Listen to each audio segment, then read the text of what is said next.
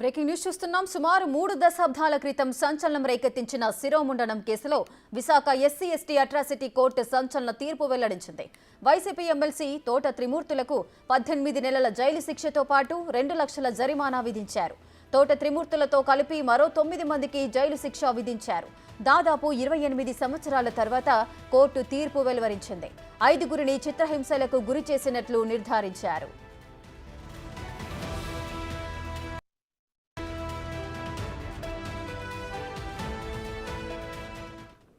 రామచంద్రాపురం నియోజకవర్గం ద్రాక్షారామంలో 1996లో ఈ కేసు నమోదైంది.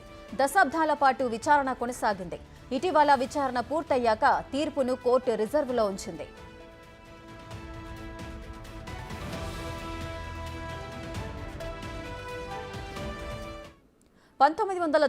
లో శిరోముండనానికి తోట వర్గీయులు పాల్పడ్డారు.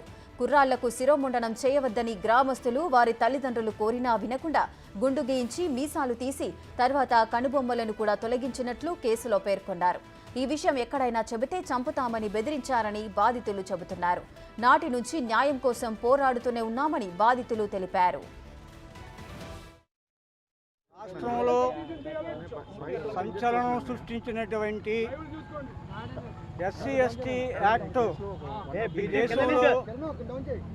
ఎస్టీ యాక్ట్ దేశంలో వచ్చిన తర్వాత 3వ ఇన్సిడెంట్. మొదటిది కారంచేడు, తర్వాతది చుండూరు జరిగిన కొద్ది కాలంలోనే వెంకటాయపాలెం శిరోమండనం కేసు.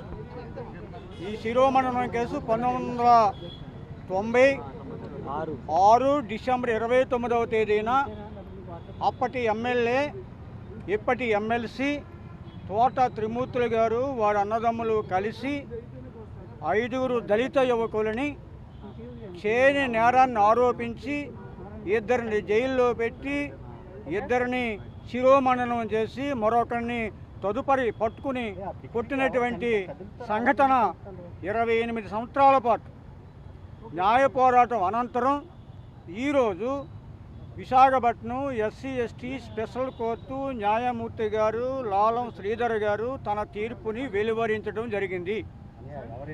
ఈ తీర్పులో మొత్తం A1 to A10 మధ్యలో ఒక ఆయన చనిపోయారు. మొత్తం అందరూ కూడా నేరస్తులుగా రుజువు చేయబడింది, పరిగణించబడ్డారు, ప్రకటించారు. సెక్షన్ 342 ఐపీసీ, సెక్షన్ 323, సెక్షన్ 506ల ప్రకారం ఒక్కొక్క సెక్షన్కి 6 నెలలు సాధారణ జైలు శిక్ష మరియు ఫైన్ విధించడం జరిగింది. ఎస్సీ ఎస్టీ యాక్ట్కి సంబంధించి 31S or 25Aలు నిరూపితమైనటువంటి కారణంగా వారికి మరొక 18 నెలలు సాధారణ జైలు శిక్ష విధించబడింది. 1,50,000 రూపాయలు మొత్తంగా వారి నుంచి ఫైన్ వసూలు చేయాలని, దానిలో నుండి బాధితులకి నష్టపరిహారం చెల్లించాలని కోర్టు వారు ఆదేశించడం జరిగింది.